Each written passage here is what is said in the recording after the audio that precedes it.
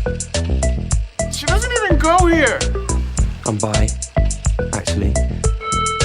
Excuse me. Could the ugly, untalented gays please report to the principal's office? Hi, I'm Kurt Homo, and I'll be auditioning for the role of kicker. Hello! Welcome in, everybody. Thank you so much for tuning in to today's episode of Not So Straight Nerds. I'm your host, Luke. And I'm your host, Alicia. And today, we are talking Christopher Nolan's The Odyssey. Yay. Ooh.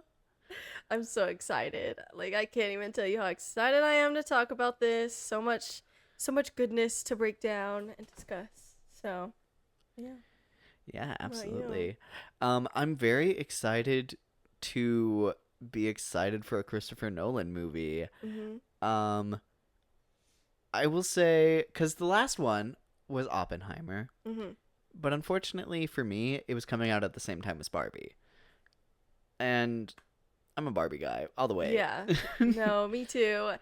It was, like, very fun to celebrate both, but very disappointing that Barbie was pretty much paid dust at the Oscars. Pretty much. I don't even think Greta Gerwig got a director nomination, and Margot Robbie didn't get Best Actress. Like, if they were even nominated more fairly, I think maybe I would have gotten over it. But no, I think it was just kind of, unfortunately, it was a good movie, Oppenheimer, but it was just kind of proving the point of Barbie. So anyways, unfortunately, everyone, it was not, in our opinion, the masterpiece everyone talks about, but I was really, really hoping, and I think probably you too, that this would be the masterpiece everybody was talking about. We would agree, and I think overall we do. Yeah. Oppenheimer is, I think, very out of norm for the type of movies that Christopher Nolan typically directs. Yeah. And I think this is probably more in line with some of my more favorite things that he's directed. Yeah. You know what? It's interesting. I actually think there are some large parallels in terms of theming and messaging between the two movies. Yeah. And we'll talk about it. And we'll also talk about, I think, the difference in execution and how I think there is a difference in quality of the execution between the two. So, but we'll get there. Absolutely. Before we get too deep, how are the vibes, Alicia? The vibes are good. I'm starving, but other than that, I'm excited. I was really looking forward to talking about this. I've made a lot of notes. I feel like sometimes I'm like, I don't know how our outlines are going to be, but I'm actually very excited for this one. I feel like we have good discussion, not just about the movie, but other things as well, like the future for Christopher Nolan, what that could look like, what we could be seeing at the Oscars potentially. Some fun stuff. So I needless to say, I'm very excited. Absolutely. Yeah. I'm excited to talk about this movie and kind of Christopher Nolan movies in general. Yeah. I think this is the first time we've really had a reason to deep dive them. I believe so. Yeah, because we didn't have this podcast when Oppenheimer came out, so. And you know what? Filming the Odyssey episode when you're hungry and dehydrated is what Homer would have wanted. It's just, we're method acting. We're method reviewing. Yeah, exactly. So there you go. Yeah, very excited. Absolutely. I guess we'll go ahead and throw up a spoiler warning for like the first story ever. Yeah, 3,000-year-old story. But yes, we are gonna talk about the Odyssey as a book, as a movie. Like, yeah. Pretty much anything's on the table. Also, we'll talk a little bit, I think, on the Iliad as well, because there is a difference. The book I have here next to me is just the Odyssey. It is not the Iliad. But then I wanted to shout out Song of Achilles, and we'll talk a little bit more about it, which is definitely the Iliad part of the story. So, yeah. Okay. The Iliad is basically the 10-year war, and then the Odyssey is basically the aftermath of that, him getting home from the 10-year war. So there you go. Break it down real easy. So like we usually do we want to start with our expectations for the Odyssey? Yes. So, like I said, on our way to the theater, I'm like, my expectations are through the roof. Like, I'm going into this expecting the masterpiece everyone's talking about, but like genuinely, I'm expecting to like this more than I did with Oppenheimer, which, to be clear, I still gave that 4 stars. So it's still very, very solid, still very good. I just have a bad taste in my mouth when I think about that movie just because of the difference in how that versus Barbie was treated. But anyways, this one, it didn't have a Barbie next to it, so like, I think it could shine on its own. I really liked reading the book, actually. And I liked the cast. I liked a lot about what I was seeing, and I was hearing like amazing things. Like, this is like Lord of the Rings level good. So, needless to say, whether I wanted to be or not, my expectations were through the roof, and it's like this has to be a near perfect movie, or we're gonna have an interesting conversation. But I think, yeah, I think we're actually gonna have both a near perfect movie, and we're gonna have an interesting conversation. Absolutely. But a good one. I also had pretty high expectations. I think I was holding a little bit of reservation, especially just because that year, like, Oppenheimer and Poor Things were were constantly being raised up in these kind of spaces. And Oppenheimer, I was like just behind the wagon, like, yeah, go on, bandwagon. Yeah. Why not? But then Poor Things, I was like, oh, Poor Things.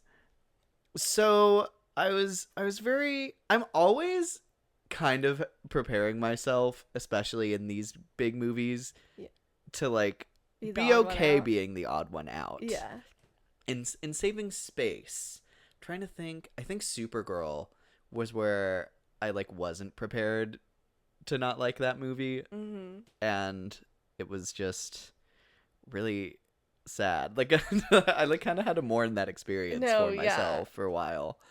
It's like worse when you have high expectations and it's bad versus if you're like, my expectations are whatever, and then it's whatever, or it's at least like I wasn't excited for this.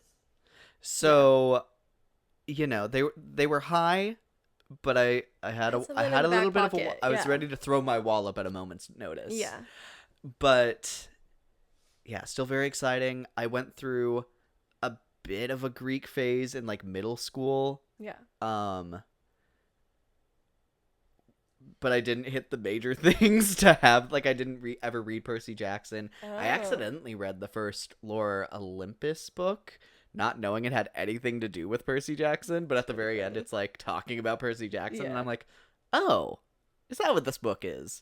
Crazy. Yeah, I could have brought my Percy Jackson books in here as well, because they could also definitely be relevant. At least Sea of Monsters I probably should have brought in here, but it's okay. That's a lot. I own 16 of those books, I believe, because there's 3 5-book series that I own, and then The Sun and the Star that I own. I think that's it. Anyways. But no, I love gods, I love monsters, and I think with this cast and the quality work that Nolan puts out just in his craftsmanship, I think there was a lot going for this movie for me. I agree. And I was definitely not one of those that was worried about the casting. I loved the casting. I was not one of those that was like, oh my god, they said the word dad instead of father. I was like, there's a fucking Cyclops in this movie, okay? Shut up. So, yeah. I feel like, honestly, I maybe wanted to have the reservation that you had, but I, like, couldn't. I was, like, very excited for this movie, and it paid off. So the biggest thing for me though was when I heard that no, why am I blanking on her name? Penelope was a standout. Anne Hathaway. What the hell? I heard people really praising Anne Hathaway out of this movie, and that's when I was like, oh my gosh, was Nolan able to properly write a female character?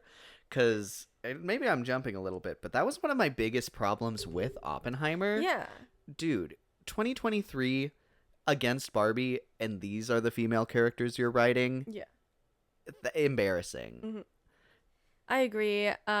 Like if you just simply can't hire Don't. someone, no, or like either don't or just hire someone to help you write that part of the script. Like you don't have to do it on your own. Anyways, no, but I actually think he wrote, I would say, several female characters really well here. So Absolutely. props to him. He's definitely trying and learning, and I appreciate that. I appreciate that it's not like lack of care for women that is the problem here. And I think that's evident in how he's definitely improved in this movie, and I'm very excited to talk about that as well. Surely. So, yeah. So, where do we start? I think we start with the same person I shouted out last episode, Jay Stoobs, which I'm hoping I'm pronouncing that right. But anyways, she made a video that I listened to talking about the Odyssey. And because she's also one that has been pretty critical of his work in the past, specifically with how he has a problem with writing female characters. Mm-hmm. So I actually liked listening to that video because I felt like I would be given a good, like, accurate review of it. Because she's not afraid to say I didn't like a Christopher Nolan movie. Mm-hmm. And she was saying she actually really liked this one. She thought it was very well done. But she said the first act was a little messy for her, just in the way that there was a lot of exposition and a lot of, like, I don't remember the word she used, but maybe like shallow conversations here. I don't know. That's not the word she used. But anyways, so my only reservations, I think, were for the first act. Just knowing that there's a lot that's happening. There's a lot that's going to be thrown at me. But I think it was easier for me. So I'll put a disclaimer. Easier for me because I do know basic stuff about Greek mythology. I did grow up reading the Percy Jackson books, and I reread them just a few years ago. And of course I read the Odyssey. So I felt like I had an easier time going into it because I already knew what was going to happen, but I still see what she meant by that. I definitely do think the first act was the weakest. But I think when you see it, if the first act is your weakest, you're doing pretty good. So I see what she means because there's a lot that happens. But I actually really, really liked it. I felt like we were just getting right to it, and I want to shout out the runtime. I feel like this is one of the most deserved runtimes a movie has ever had. Obviously, I think people have reservations when they see 3-hour movies, especially for like films or whatever. Because sometimes they have not been deserved. And you know what? I'm going to be bold. I'm going to call one out. I know exactly which one you're calling out. I'm looking at you, Killers of the Flower Moon. Yeah. Oof. Like, I understand what the story's trying to do, but for like an hour and a half of that movie, it's just white people doing horrible things to indigenous people with no like acceleration of plot. And I'm just like, why are we doing that for so much of a movie? But I feel like with this movie, it was very deserved, and they used their time very well because there is a lot to cover. And I feel like they covered all the big stuff, and they did it really well. I don't feel like, where he could have repeated his past mistakes and cut a lot of these female characters. I actually feel like there are 3 of them in particular, actually 4, that are very, very, very important to the plot. I would say Penelope, Circe, Calypso, and Athena. And then there's a couple minor ones as well, like I think Helen of Troy we'll get to for sure. But there are a couple here and there, but I think those are definitely the big ones. And even if they don't have a ton of screen time, they use it really, really well, really effectively. So props to them. Let's just say, a lot of people were complaining about Athena's look, saying it was too plain. It wasn't giving goddess. Like, you're taking Zendaya, but putting her, who is a goddess, and, putting her in plain clothes and a plain look.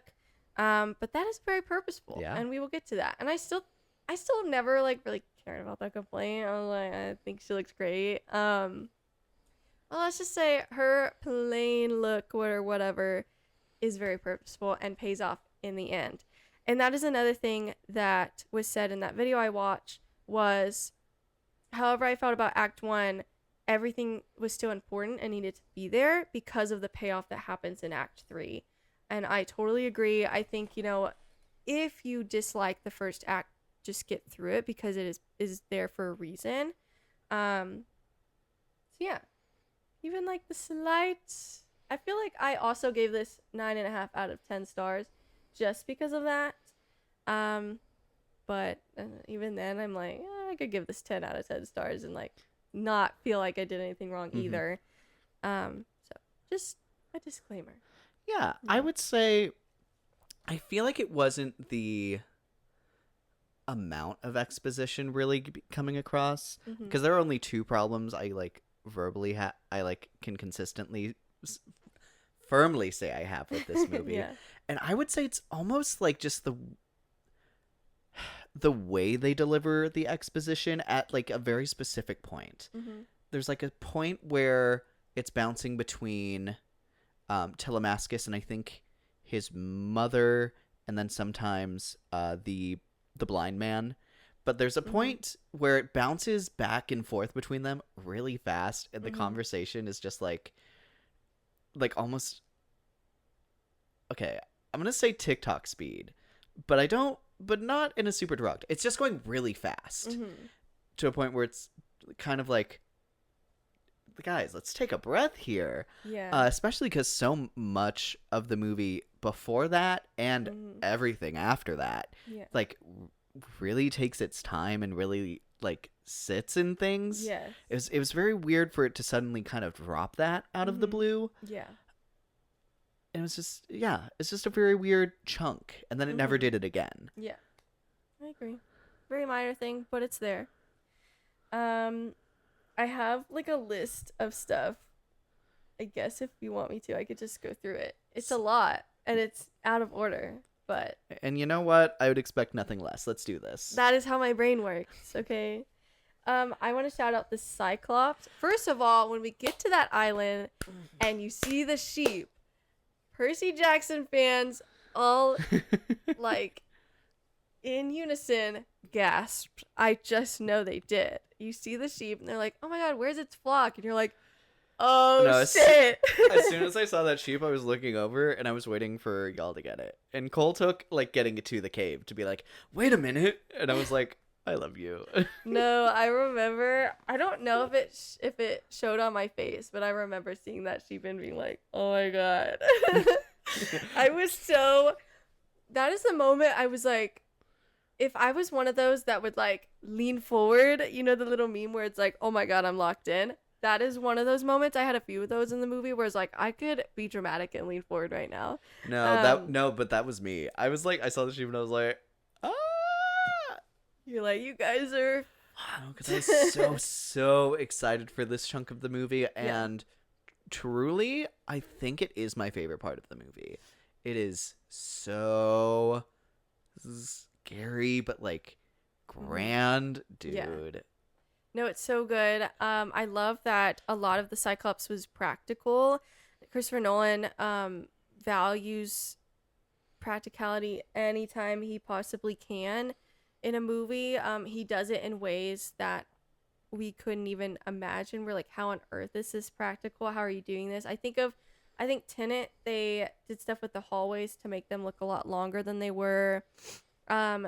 Even stuff that is VFX, and now I don't know how much VFX versus practical. I don't know, because it is Christopher Nolan. So if he can make it practical, he will. But I think a lot of people shout out the scene also in Tenet where the building like blows up in two different places in 2 different ways. I think that's very cool. Oppenheimer, they talk about they did the first bomb going off practically, which is very, very impressive.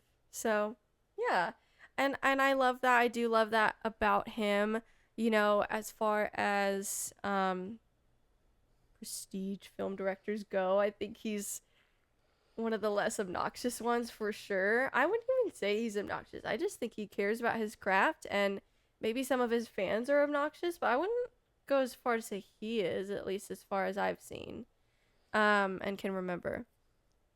But so I appreciate that. I'm like, you know what? He's good at his craft. He cares about his craft, and that's important right now. You know, I remember, I think yesterday, I saw that yesterday or the day before, I saw this tweet from Netflix saying like over 300 something of their projects have AI, and we don't even know what they are, and that's very disappointing. That makes me like not want to watch Netflix stuff, because I'm like, if they disclosed it, then I could just stay away from those. But now it's like, have I seen some that haven't? I just didn't know that. And that's very disappointing. Also, I honestly can't believe that Ben Affleck and Matt Damon are like so close when Ben Affleck is leading one of those AI companies that Netflix uses. Very weird. I'm like, how do you like stay friends after that when one of you works for Christopher Nolan, who's all about practicality, and then the other one leads an AI production company? That's weird. That's their problem to figure out, not mine. Anyways, so I just want to shout out kind of all around the practicality in this film. But the Cyclops was cool as hell, and it was so scary. I thought about in that scene and in the Cersei scene, this like probably 7 or 8 year old that was in the theater. First of all, he walked in and I was like, guys, what are we doing? But then those scenes, I was like, ooh, you're gonna have to talk to him about that one when you get home. Cover his eyes, shock it, or shield his ears. Shock his I was gonna say block or shield, and then it went shock. Anyways, oof. I hope he's okay and not scarred after that. But yeah, I don't want to get too graphic. It is graphic, I would say, in the movie, at least sound wise. But I don't want to like get banned in this podcast. Speaking of sound, and believe me, when we circle back to awards, we're going to be talking about sound. Yes. The sound design around the whole Cyclops, how he sounds, how he like approaches like him in the darkness, and like everyone just kind of like being trapped in this cave. Sound design popped off. Yeah, I agree. I think also the use of no sound in certain areas or minimal sound was very intentional and very well used. I think of that scene with the wax when they're passing the sirens was very cool. Yes. I mean, that's such like a, I guess, like basic thing where, you know, the character puts in headphones and the music gets loud or whatever. But it like hits every time. This time it was really cool because you hear one go in and then you hear the other go in. Yeah, it was very, very cool. And then as he walks I don't know the character's name, but like the right-hand man basically on Odysseus' ship, he walks up and gets closer to him. He can hear more and more of the yelling, which is very well done. So I believe it's pronounced Eurylochus. Very cool. Absolutely. Oh, so great. Ooh, speaking of the sound. Yeah, go ahead. Oh, I was going to say the sound of the bow. Anytime he like flicked the, whatever you call it, the bow, and it was like, boom, I'm like, and it again pays off. They do it like, I don't know, 2 or 3 times earlier in the movie at times, and then it pays off later. We'll get there. But it was so awesome every time. I would be shocked if they didn't win something in sound. There are a few categories, but one of them needs to be to the Odyssey for sure. Yeah. Yeah. There's a lot of craft categories that are incredibly impressive here. No, yeah. I think this is gonna do some serious numbers, and it will be hard to compete with that. Doing part 3, we'll see, because you're also one that has usually in the past, a lot of great sound. So we will. And production, like there's a lot of craft. Yeah. That's a craft category king as well. For sure. So we shall see if this is another Sinners and One Battle After Another scenario where it's pretty, for the most part, 50-50, or if this is like an Oppenheimer Barbie situation. We'll see. No, it's especially after I think Dune Part 2 was pretty looked over. And it was so good. Yeah. So I don't know.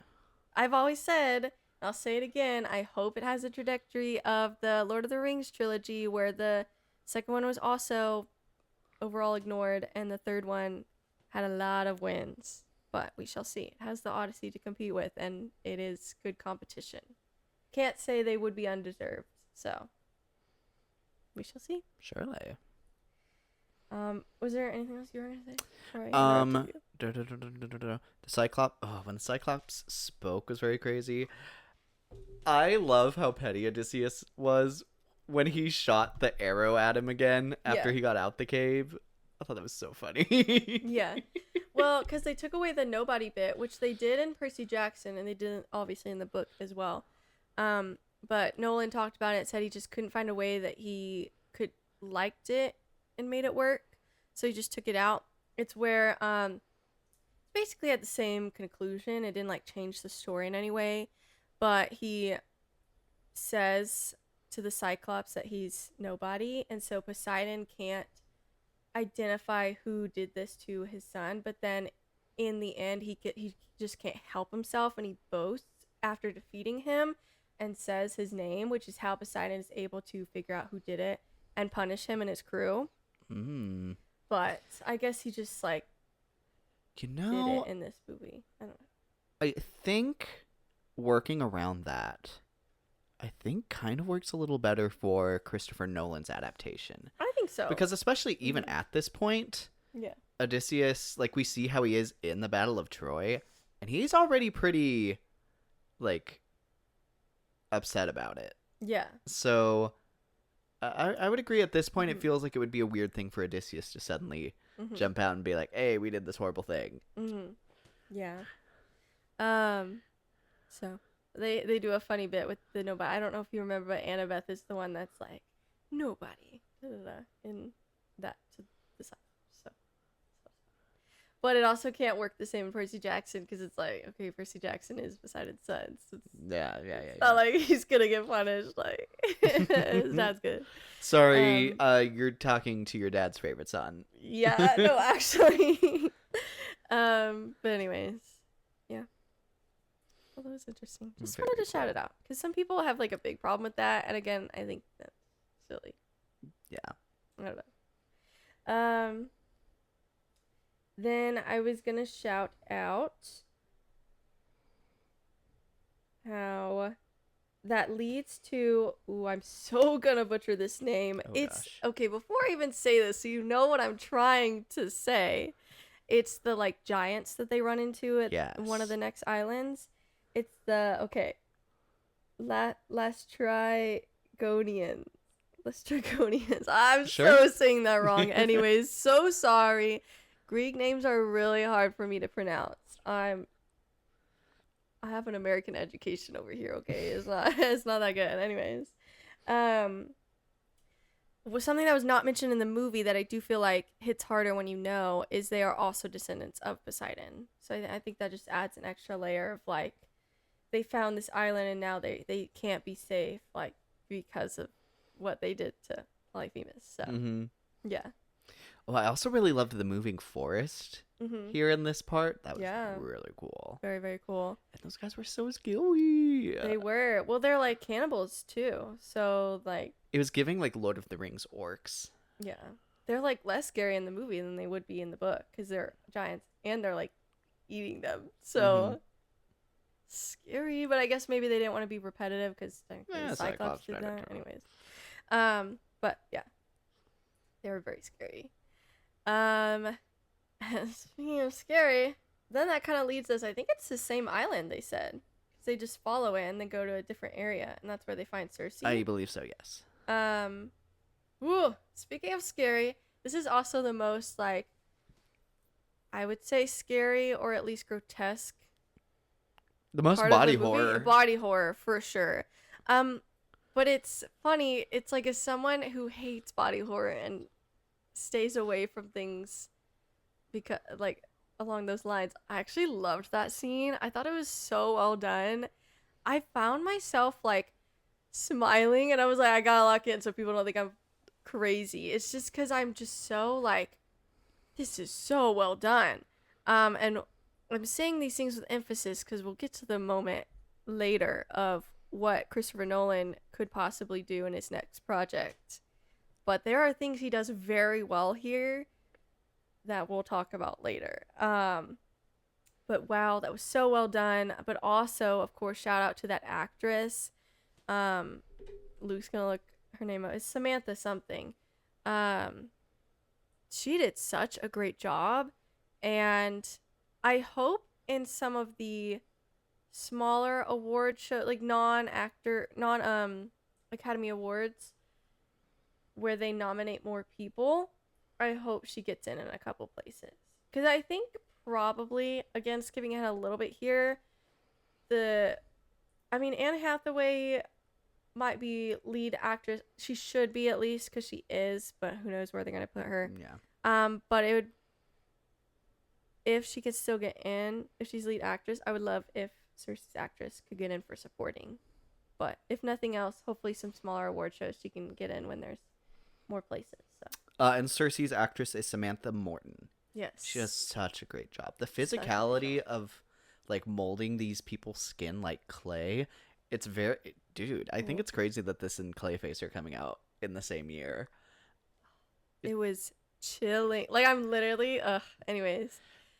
So good, dude, so well done. I want to follow her like ASMR channel. And like how did you make a lion? I want to watch that. Yeah. No, actually. Also, I have Song of Achilles here by Madeline Miller. This author also wrote a book called Circe, which I don't know if I won't say a lot because I don't know, but I know some people have said it's better than Song of Achilles, and I loved Song of Achilles. So they're like, I saw a comment the other day because this is now more of a relevant topic. They're bringing her books back up again. But they're saying, obviously, like, this book is good, but in terms of comparison, they're saying like this is fan fiction compared to Circe, and I'm like, that's some big talk because I loved this book. So we'll see. It's now much higher on my TBR list. I don't own it, so I'll have to buy it first, but best believe that will be number one in my brain the next time I look for buying some new books. So yeah, she'll see. I mean, I haven't read this in a few years, and my tastes have changed, but I would find it hard to imagine I wouldn't still love this book. Mm-hmm. Very sad, but it's very good. So yeah. I'm like, now, for more reasons, for more than just people hyping it up because of the Cersei in this movie, I'm like, now I want to read that book. Speaking of that part with Cersei, remember when Odysseus shot that man and got nothing but cake? No, speaking of Achilles and like, first of all, that man, he was caked up, and we all made the joke that it was like Ilya. That's like Connor's story laying right there. No, but Song of Achilles was supposed to get an adaptation. I don't think it is anymore. Now they might bring it back. I don't know. But everyone was disappointed because the news that it got canceled or was kind of dead in water or whatever, was right around the time where Heat of Rivalry was making a lot of noise. So people were saying now they want Connor's story as Achilles. So yeah. Maybe they'll bring it back. You have your perfect Achilles right here. But we'll see. I don't know. Who's to say? No, but then, in her lines, dude, I heard Cersei and Penelope were two roles I heard were really standouts, and Yeah. I completely agree. I agree. I think, Zendaya and Charlize Theron's performances were also very good, but just compared to the other two, I think it's hard. In any other movie, they would also be the standouts. And I feel similarly to Tom Holland's performance, that in any other movie that would be a standout. He's just next to like Matt Damon. So no, but guys, when I tell you, I have defended that casting choice in my head. Obviously, we haven't talked about it here, but anyways, but I have loved that casting choice since it came out because Damascus. Anyways, I have such fear in my heart whenever I say these names. Anyways, is such like a he's such a Tom Holland. He's such like a not Spider-Man, but like I'm gonna be like my father. He's such like a child. I don't know. Even in the book, he's so like I'm gonna be like Odysseus. And I'll be a big strong man. No, exactly. He's giving that so much in this book. So when it was Tom Holland, I was like, perfect. 10 stars. And then he said in an interview where he was like, guys, I didn't realize until this this press tour that he was actually 18. I was playing him like 16. I said, perfect. I said, you did it correctly. You casted the perfect person for this. Not to mention, there's that picture of the three of them. Three of those actors next to each other. It looks like a family photo. It looks That's like crazy. I agree. No, but also in the end when they were like, he's a prince now and he's dressed like a prince, I'm like, I just know Zendaya is like, I just know she took so many pictures that day on set. She's like, these are my photos now. I will treasure them. I'll frame them. They'll be on my wall. Like, I just know she ate that up because he looked so hot. He looked like a prince. I'm like, dude, you have never had a better look in your life, Tom Holland. I hope you know that. And his curls are curling. Like, I love that for him because he's had such straight hair despite having curly hair. They've straightened it for so long. Free the curls. They're gorgeous. There you go. Tom Holland hype will always be here in Not So Straight Nerds. We'll follow back on this in 2 weeks. Yes, we will. So what's next on the list? Covered that. I want to shout out Athena. I think she's really well done, and I actually really liked, even though I didn't understand where they were going with it and didn't know the payoff, I still really enjoyed her scenes with Matt Damon. I think she holds herself very well, because I think Matt Damon's a very, very good actor. But she's also always been a very good actress. So it was very fun to see them share the screen. And I loved the payoff later where they are raiding Troy and just like, what's the right word? I don't know the word. They're basically treating the town horribly despite most of them having nothing to do with this war. Specifically the women in the town. I think this is a great example of how you can show terrorizing. That's the word I'm looking for. How you can show something like that, like women being terrorized, but not exploit it. It's very intentional. It's very well done. And it just adds so much to their dynamic as well. It's like she's his guide because of how wise he is and how strategic he is, and that's something she values. But she also recognizes his flaws, where it's his arrogance and how that leads him so wrong into doing something that is where he realizes way too late that is not right. And I just love the parallel that she presents herself as one of the women that's about to be killed, and she's, hopefully I could say this word on the podcast, she's beheaded anyways. At the same time her statue is, and I thought that was awesome. And in her own temple. Yes, in her own temple. They were able to do that invasion by creating this false narrative of an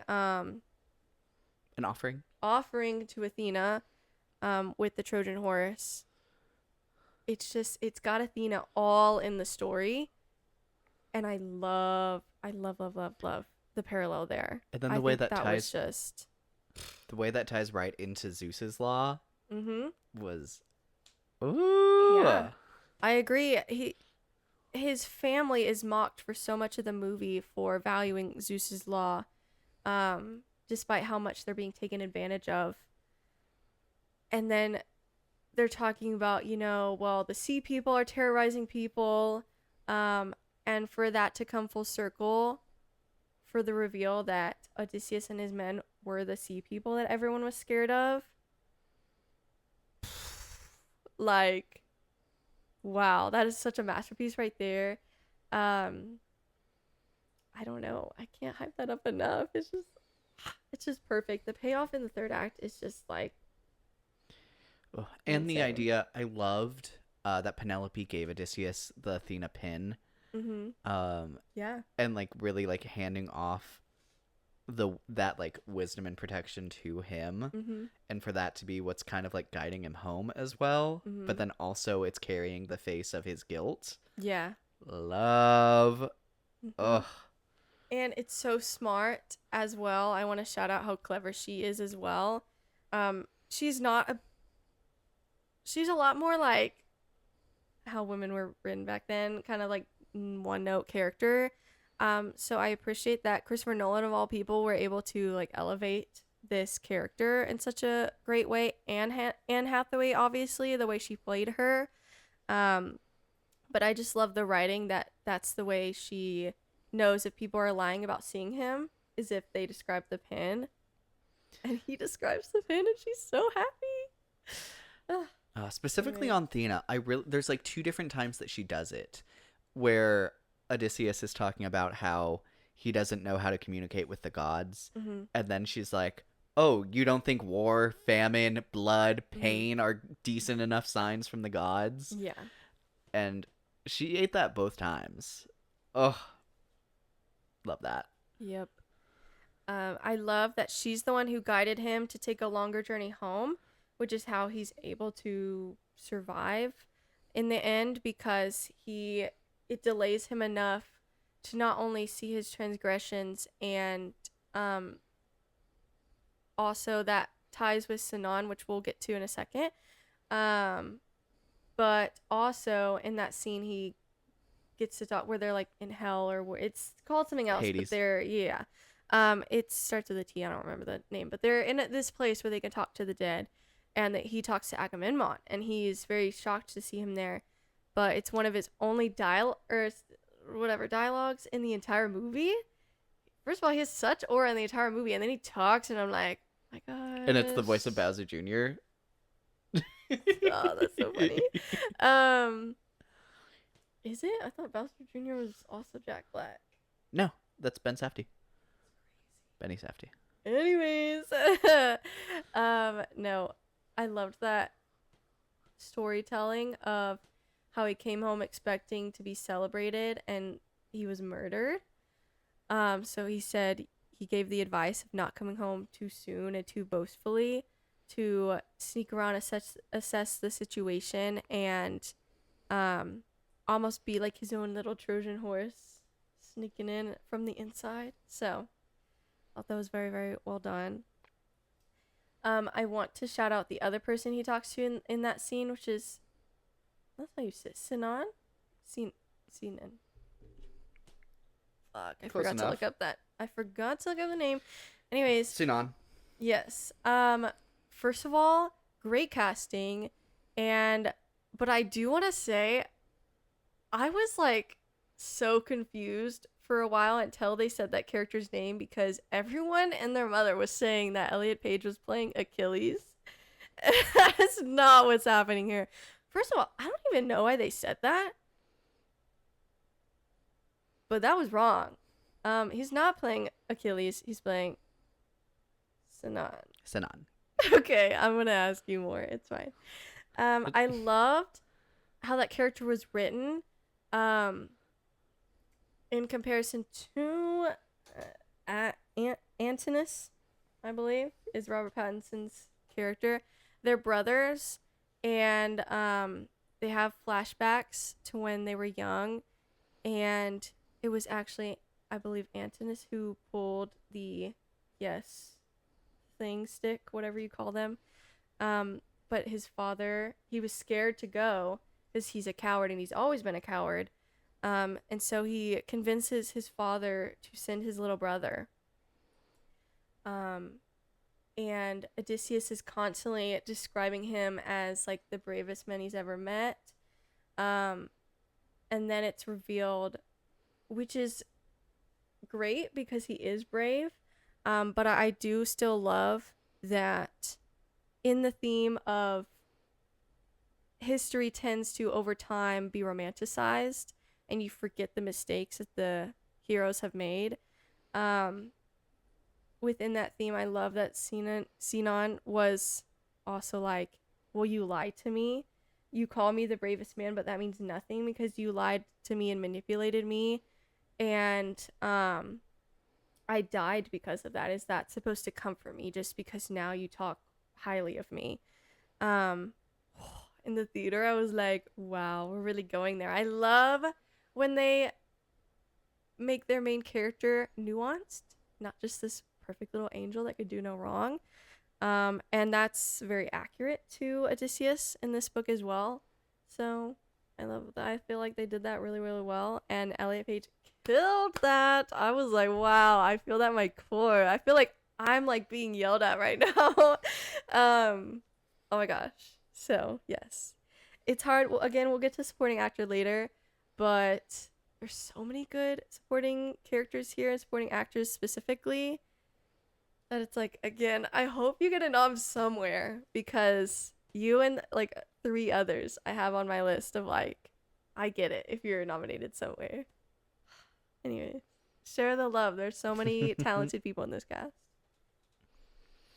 But I also really like in the political climate that we're in, that you're hiring a trans man to be like the brave masculine character. Like, they have a very good talk about what it really means to be masculine. Like Antinous, again, I'm probably saying that wrong, so sorry, is such a coward for this movie, despite being the older brother who looked like from a young age like more capable, like more like buff or whatever, like what people would say, like, yeah, this person should go to war. But in his heart, that's where he was like such a coward and nothing and such shameful. And I love that they come full circle with that again, with him giving him back his shame. I'm like, you ate that. Anyways, so good. But yeah, I'm like, what a great choice. And I love that Christopher Nolan was like, Yeah, absolutely.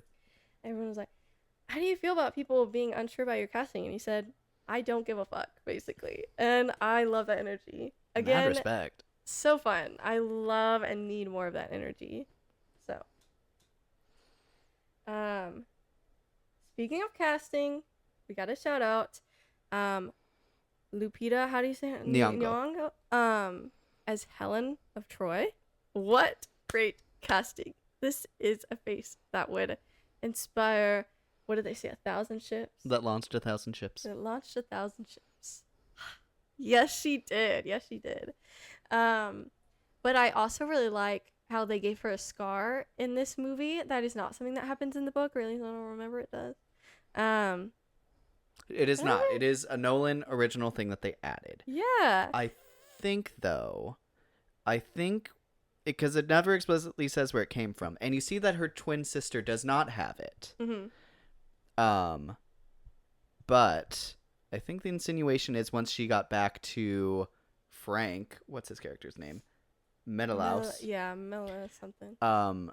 In the book, apparently it's romanticized that he was just like, after she came back to him, he was just like, okay, fine, I forgive you because you're so beautiful. Mm-hmm. I think the insinuation, and I think it's heavily implied given their very, very tenuous dynamic, that he, scarred her as a way of like de-weaponizing her, which I think is a fairly strong choice. Yeah, for sure. This world that Nolan built. Yeah. Because in some stories, some adaptations, they suggest that she was taken and against her will, and that's why they launched the war. And then in other versions, I would say from what I was reading, more versions, she chose to run away. And it was just more of like a, I won't stand for that, like revenge kind of thing, male thing, whatever. And I feel like they definitely they insinuated, I would say, that version. I also really like just that obviously the story still suggests that people talk about her launching 1,000 ships. But the scar, it's almost like, again, this could just be an interpretation. This is not explicitly said, but to me, I interpret it as like this feeding into, again, history, romanticizing things, and changing things, and just a subtle way of saying, you know, things are left behind or forgotten when retelling stories. So, I don't know, just one of those things. And eats every scene that she's in. When in the scene where she's killing, Agamemnon. What a funny name. He sounds like a Pokemon. Whenever she's killing him, dude, that was fun to watch. Also, I'll say it, so valid. I'm sorry, you killed our child against my will. Yeah, I'm killing you the second you get back.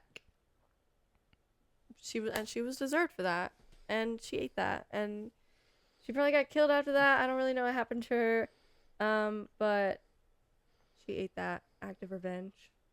So, anyways, What we got next? Let's see. Wow, we talked a lot about this. I love Eventually. Let's talk about Calypso. We haven't talked about Calypso yet. Oh, hey, Charlize. Very like minimal and subtle performance, but I still think very well done. Again, I think in, you know, any other movie she'd be a standout, but there's just a lot of very talented women here and female characters. But I think she's still very well written. I do believe they changed. I was kind of thinking that she kept him for longer in the movie, and from what I was reading, I do believe that's correct. I think she only kept him for a year in the book. She kept him for 7 years here, which is crazy. First of all, I love all the comments that's like, "Don't even worry, Queen, your husband's coming." In one of the later Percy Jackson books, in the Heroes of Olympus books, she does actually. There's someone who's sent there and actually falls in love with her and leaves and then comes back for her. So good for her, Queen. Okay, in one version, you're happy. I won't spoil who it is in case you haven't read those books. Anyway, yeah, I thought it was really well done. I love the lotus flower thing. Again, I'm like, oh my god, Percy Jackson. I know, obviously, this is not what it's from. It's Greek lore, which is much older than that. But it's just fun how they used it here. That whole section has like a really fun tone around it. It's like giving like hazy dream. It kind of reminds me of the third Pirates of the Caribbean movie when Jack's on like the desolate desert place. Yes. It's giving kind of those vibes of like weirdly stranded. Yeah. The ship pieces being found were super fun. I loved when she came up to him and she was like, "So you're trying to leave?" And he's like, "No, what do you mean?" She's like, "You're building a raft." You're and he's literally like, building a raft right now. Like the unconsciously ready to leave. And dude, I love that stuff. That kind of is giving Memento to me. Also Christopher Nolan. And I love what he does there. I also appreciate in the book, he actually does, I guess, have an affair with both, I believe, Cersei and Calypso, because he stays with Cersei a lot longer in the book as well. I believe it's like a year. Obviously, he only stays for like maybe 1 day, not even. Yeah, again, one of those like, okay, it's a 3,000-year-old story. They adapted that for modern times. They're like, that's problematic. And I'm like, yeah. And what does it add? Yeah, exactly. Calypso, I could have excused in the movie if they did that just because he didn't remember. He very clearly, multiple times, it was stated that he didn't even remember if he had a family. Like, he maybe thought he did, but he wasn't sure, and she was lying to him. Their dynamic is very interesting. Yeah. It's giving almost like one-sided romance from Calypso's side. Oh, yeah. And, you know, it's like friendship from his side. Oh, that's definitely what it is. That's always what it's been. It's like that's kind of her whole thing, is she usually falls in love with anybody who is sent to her because she's so lonely. And she's kind of doomed to always fall in love with the person who's there, and the person who's there never falls in love with her. At least that's what they went for. Again, not super into actual Greek lore, just kind of read Percy Jackson.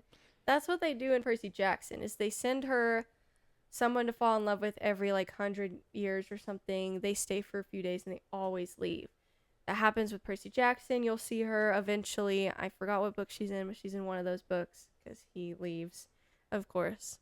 But then the person in the Hero of Olympus series actually does fall in love with her and eventually figures out a way to come back. Because that's the whole thing is once they leave, they can't find their way back. But he figures out a way to find his way back. So. And what is Calypso? Is she a goddess? No, she's like a nymph, I think, something. Which, again, don't really know what that is. But I remember reading that at some point that that's what she was. And I don't even remember who cursed her, but she probably, just because Patterns of the Gods flirted with one of the gods. The goddess got angry and cursed her in that way. Surely. Probably. I don't know. Comment down below if you know that lore. Because I would actually I love that. I'm Who interested is in this the lore, woman? but yeah. Why are you in my house? Let's see. Dun, dun, dun, dun. Oh my gosh, is that it? I could jump around. I have two more things. Really one more thing is Penelope's challenge. Again, the third act is just kind of a masterpiece in general, but I loved her challenge. In the book, I can't fully remember, but I do remember she has one last challenge with Odysseus is having to do with their bed. It's like made out of some wood that's immovable. It's too heavy for any man to ever move. And so she asks him to move it, and he doesn't even, so many people attempt to, but they can't. And he just stands there and says, it's impossible. It's made out of this wood. And so she realizes it's him. I like this much better. This ties, into the story better. With the bow. I think, first of all, cool as hell. Every time he does that, I'm like, you're strong as hell. Bong. Yeah, and then he finally does it, and I love that it's the sound that makes her stop walking. And then Antinous is like, oh shit, I gotta go. He's like, use the spares. He's so Grab the shields, grab the shields. He is so scared the entire time. He's so funny. Yeah. No, and then also cool to know what that logo is. I think there's a film studio called Odyssey, and their logo at the beginning of movies is Odysseus shooting the arrow through all the axes. Yeah. So I'm like, cool, I know what that is now. But dude, that was cool. So cool. And then the John Wick-esque fight scene. Yes. Mm-hmm. Yes, please. I loved that a few of them started kneeling. I thought that was a nice touch. That there were still people that would, kneel to him, whatever. Bend the knee in Game of Thrones terms. And I love also that Telemachus' fight was happening at the same time. That he, with one man, struggled a lot more than Odysseus ever did with 50. But again, that's true. That's good casting. That's good writing for that character. He's not supposed to be this dramatic, emotional, deep character. He is a little boy who's just trying to live up to his father, who he never knew. He's trying to imitate what he thinks was his father, and we see it, and so it's awkward to us because it's not like Odysseus. But he doesn't know that because he never knew Odysseus. And so, what parallel? I love when he goes on the little adventure and then he's saved by Odysseus. It's that, they posted that picture when he's inside the blind man's little hut or whatever, house, whatever you call it. And he turns to the side and he's like, oh, go save him. And it's if I send this to you, just know I'm about to lock in. Anyways, so cool. So cool. Also, I love that partition door that the queen has. Yeah, that was so very cool. They have a few shots where she's always behind something, showing how she's caged in. That's film 101 of having someone who's story-wise trapped be behind something visually. They do that with her weaving whatever thing, tapestry as well. Love the reveal that she's been working on it but unweaving it every night gagged. I was gagged when he said, we all know you've been unweaving it. I'm like, I'm gagged. Anyways, I don't know why. I just love it. That worked really well for me. Yeah. I also loved her keeping Mia Goth's character out there. She's like, no, I think you're going to be out here now. And I was like, yeah. Yeah. I think that was just the right amount. There are definitely, that was also a change, I believe, is there are multiple handmaidens, I believe, that are forced into that fight. And I think it's more brutal in the book. And I appreciate that that was the extent of it. It's just leaving her out. It was never shown that she was killed or anything happened to her after that. I appreciate that because, I mean, at the end of the day, like, obviously in that time, women had a lot less power, so I'm a lot more forgiving of traitorous acts because she's just trying to survive and she just makes a mistake in doing so, trusts the wrong person. Obviously, they don't give her, like, sympathy for that, but they also don't, like, overly punish her for that, you know? They do, the extent is perfect. So, yeah. Period.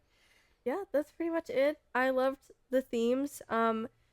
We mentioned earlier that we would bring back up the parallel between the themes here and Oppenheimer. I think they have very similar themes of, oh my God, what did I just do? This person who in history is probably considered a hero, but has made a lot of mistakes and is very imperfect.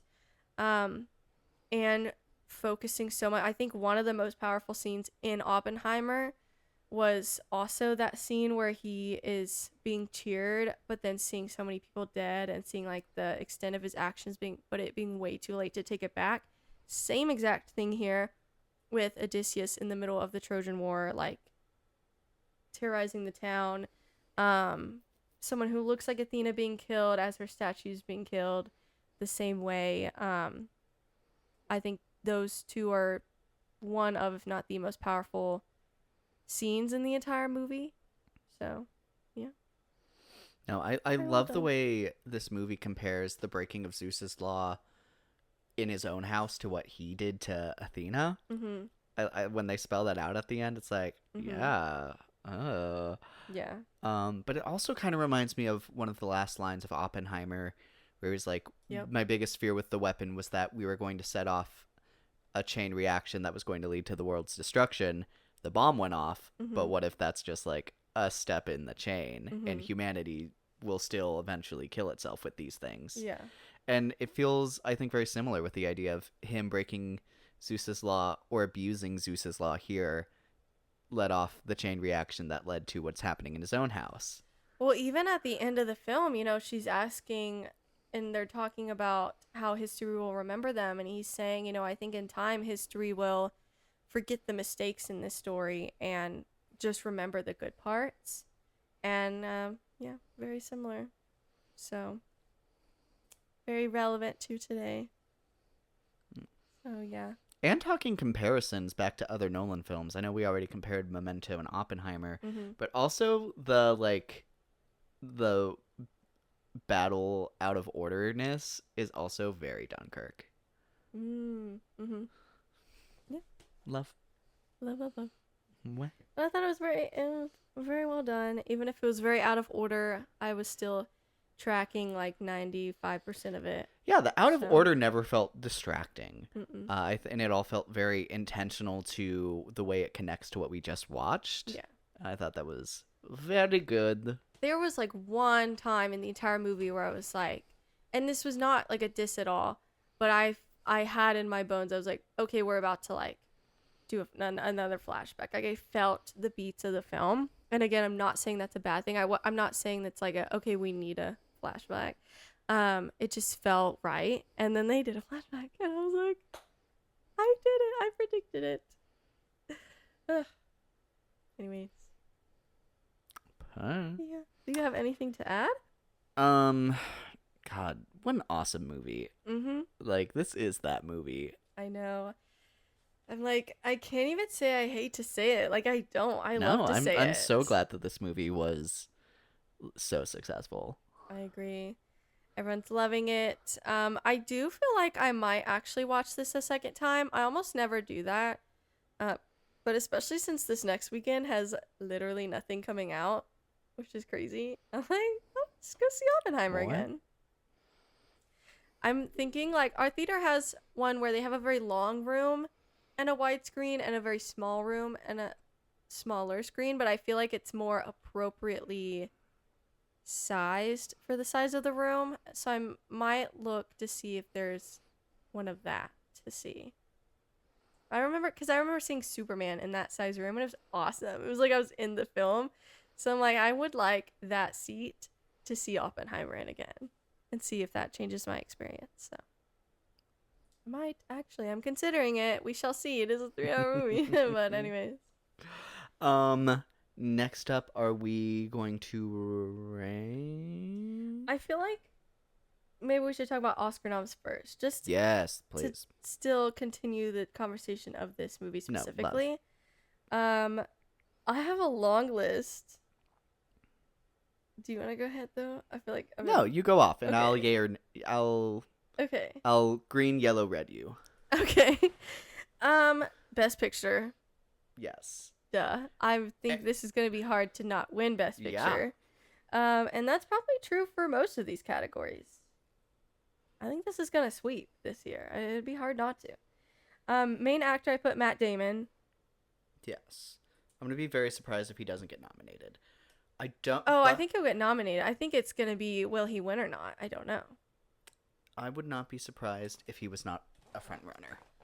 I just can't remember if can you Google this if he's ever won an Oscar before?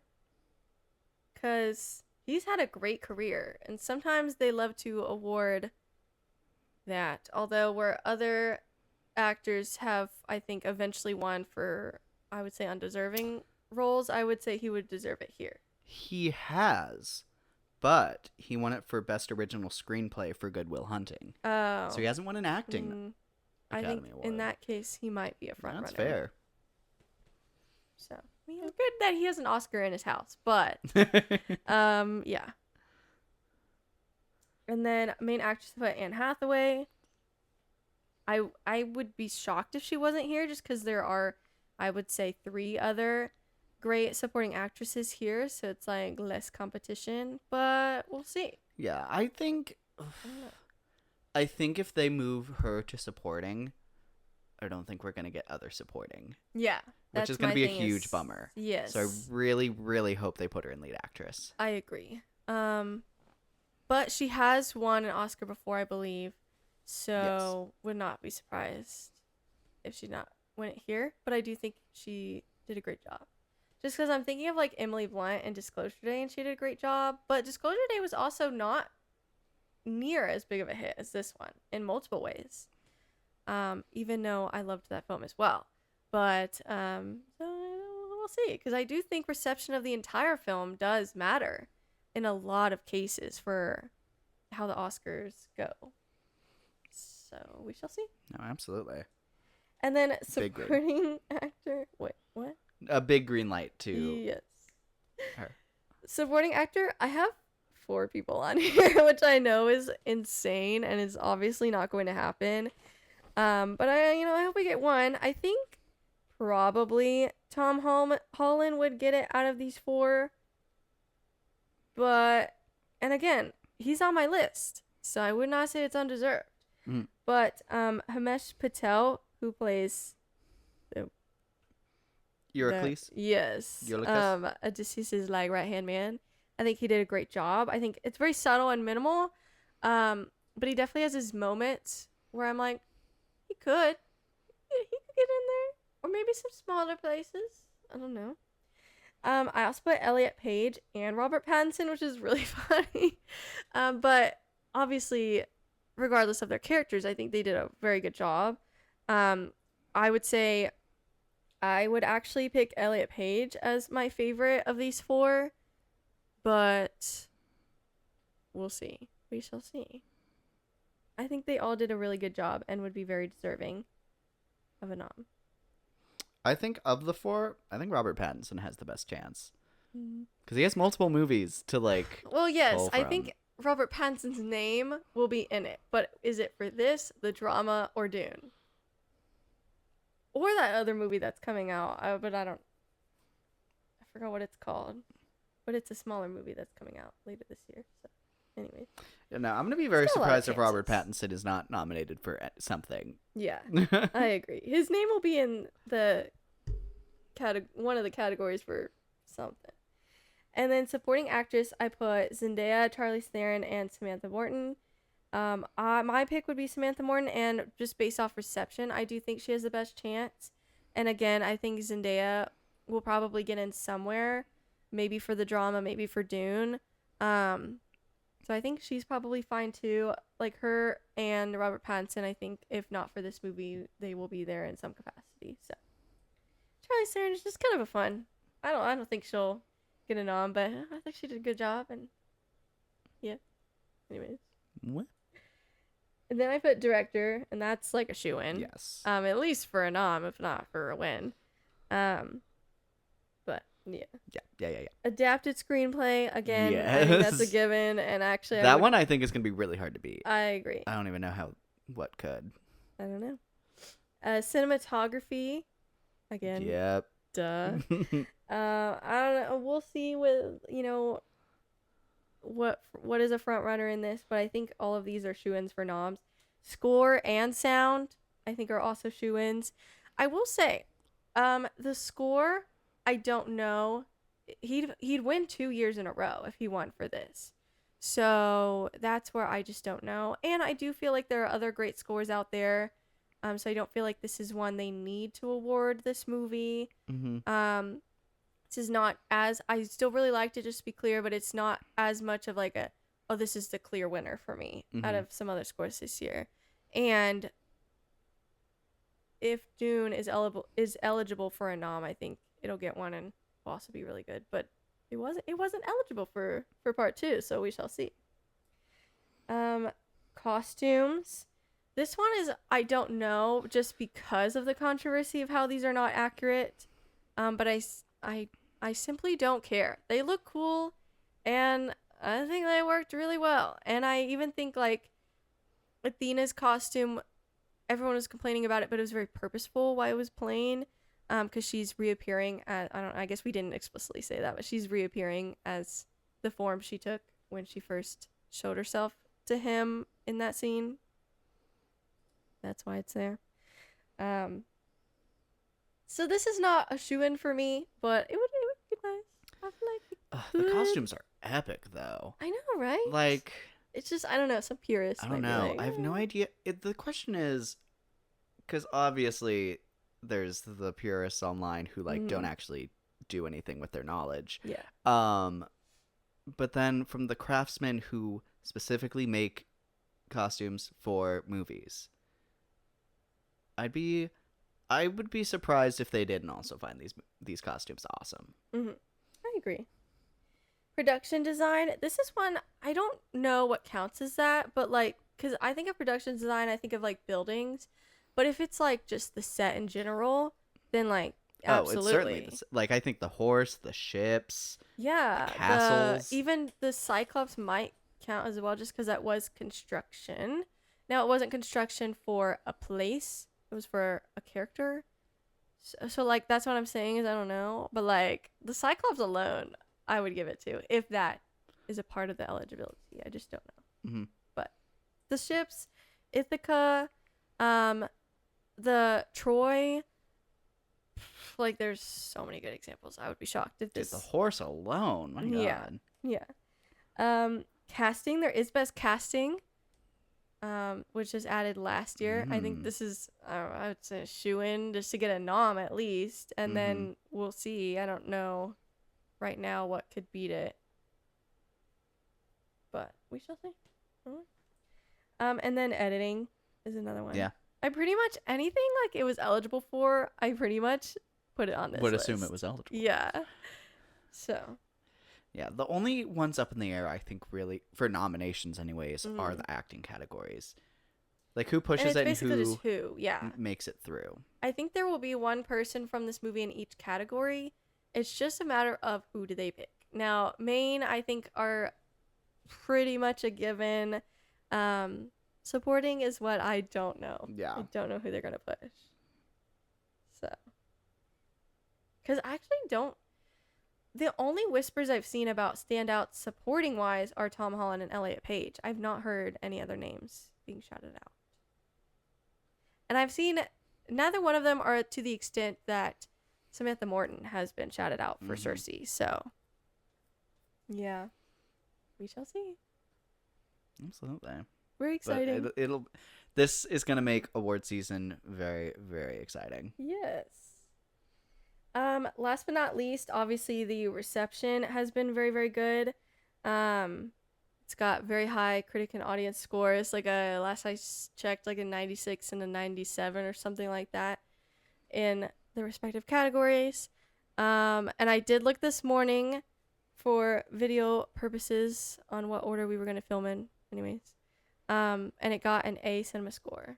So, which I'm a little surprised it's not A+, just because of the high audience score, but What? I mean, A is still really good. Yeah. So yeah. it's, I don't have a lot of complaints. And then the box office did update, and it's at worldwide 72 million with just the numbers from Thursday and Friday, which is That's crazy. So, needless to say, this movie is doing really well in all capacities. Great word of mouth. Somehow, if you were still on the fence, please go see it. Yeah. It's really good. It's worth its runtime. Trust me. I literally, one of the first things I said when the credits rolled was that's like the shortest long movie I've ever seen. Or shortest 3-hour movie I've ever seen. Yeah. So, there you go. I guess we can rank his films. Surely. I have 12, so I'm just kind of gonna quickly go through them. I don't feel like I'm gonna talk about them a whole bunch. From 12 up, I have Insomnia, which is still at a 3.5 out of 5 stars. So the lowest film being 3.5 is crazy. The Dark Knight Rises, Batman Begins, and then I put, this was really hard. This next part was like all, I believe, 4 stars. So I was like, what the heck? What kind of order do I put this in? But I put Tenet, Memento, The Prestige, Dunkirk, Oppenheimer. I think that's the end of the 4 stars. Inception is next with 4.5, and then The Dark Knight, then Interstellar, and then The Odyssey. The Odyssey is the only 5 out of 5 stars. Interesting. So, I don't know. But obviously, he's made a lot of good movies, and he only has, I believe, 13 films. There's only one, I think it's called Following, that I haven't seen. I just haven't seen a lot of people talk about it, so I don't fully know what it's even about. I don't at all know what it's about, so that's the only one I haven't seen. Heard. He's an easy director to binge his movies, I would say.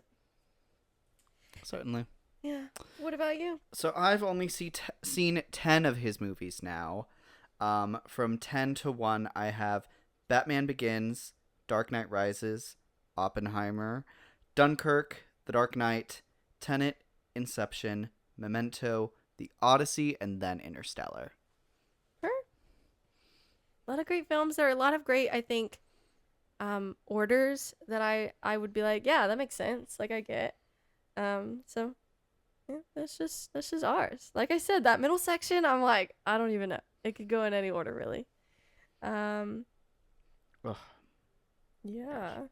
Last but not least, I would love to hear the number that this has been given me on the draft pick. I'm so excited.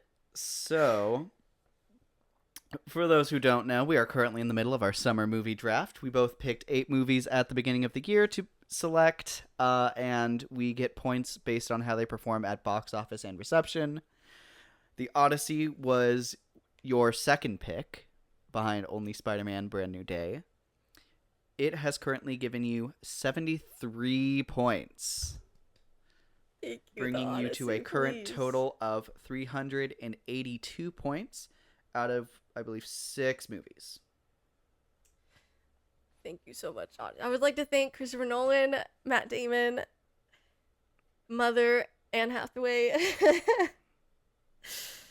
Oh, I'm so excited. I was honestly a little bit nervous just because I know critics have critique, like Interstellar is still in the 70s for critics, so I was, still a little like, okay, they could do that to this film too. I'm so happy that it did well. I'm so happy a really good movie did really well. That's always nice to see. Absolutely. So, What? anyways, I think that's it for Perfect. today. Well, that is going to wrap up today's conversation on the Odyssey. We would love to hear your thoughts in the comments below. And until next time, I'm your host, Luke. And I'm your host, Alicia. And thank you so much for watching Not So Straight Nerds.